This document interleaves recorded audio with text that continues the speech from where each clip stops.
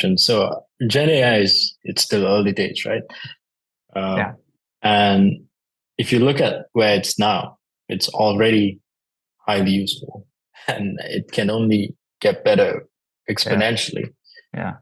So we have to really think about what that means for us as engineers and also human beings, because it will get better very, very fast. It's already very good.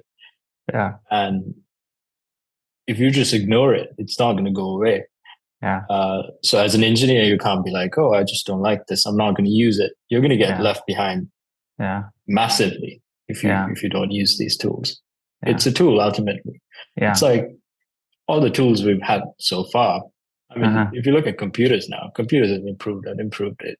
To be an engineer now, it's probably so much easier than, to be an engineer even 5 years ago, because you have Yeah. all these tools that are Yeah. very easily defined for you. And Yeah. so it's just another tool, although a really good one.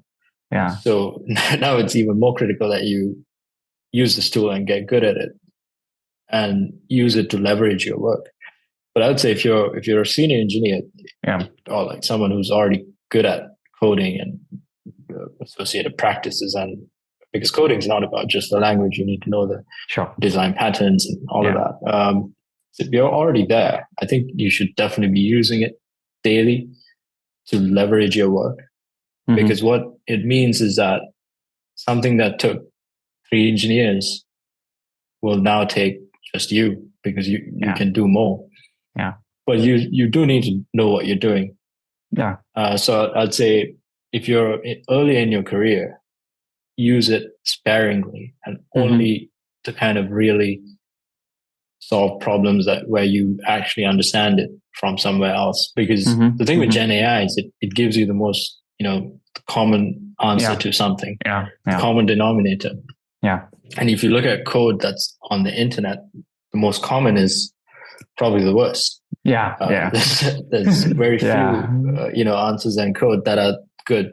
So if you talk to just a Gen AI like ChatGPT, it'll give you the lowest common denominator code. So if you're using that to learn, it's not good. But if you already know your stuff and you use that, it basically allows you to kind of get your grunt work done. Agreed. Yeah. It will just get better though. Yeah, seeing the same thing, right? Like it even gets worse for data science stuff, because it's not computationally, I would say, accurate always, right? It messes up numbers and stuff, and it's very confident when it does it. So if you don't know what's the difference between a good answer and a bad one, you would take its words as it is, and it's very likely. And the thing with a lot of this math side of things is, you can pretty much plug in any library and get some numbers. They might be garbage, but they will compute, right? It's not like software that it breaks or whatever, right?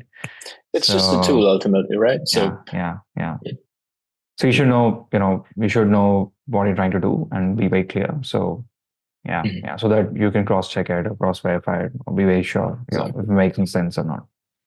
Great. Ultimately, a tool is only as good as its user. You can have the best, painting kit in the world or whatever it is, but if you're not a good painter, you're not going to get much out of it. No, totally. Yeah. The sportsman skills matter more than the sport, right? Yeah. For sure.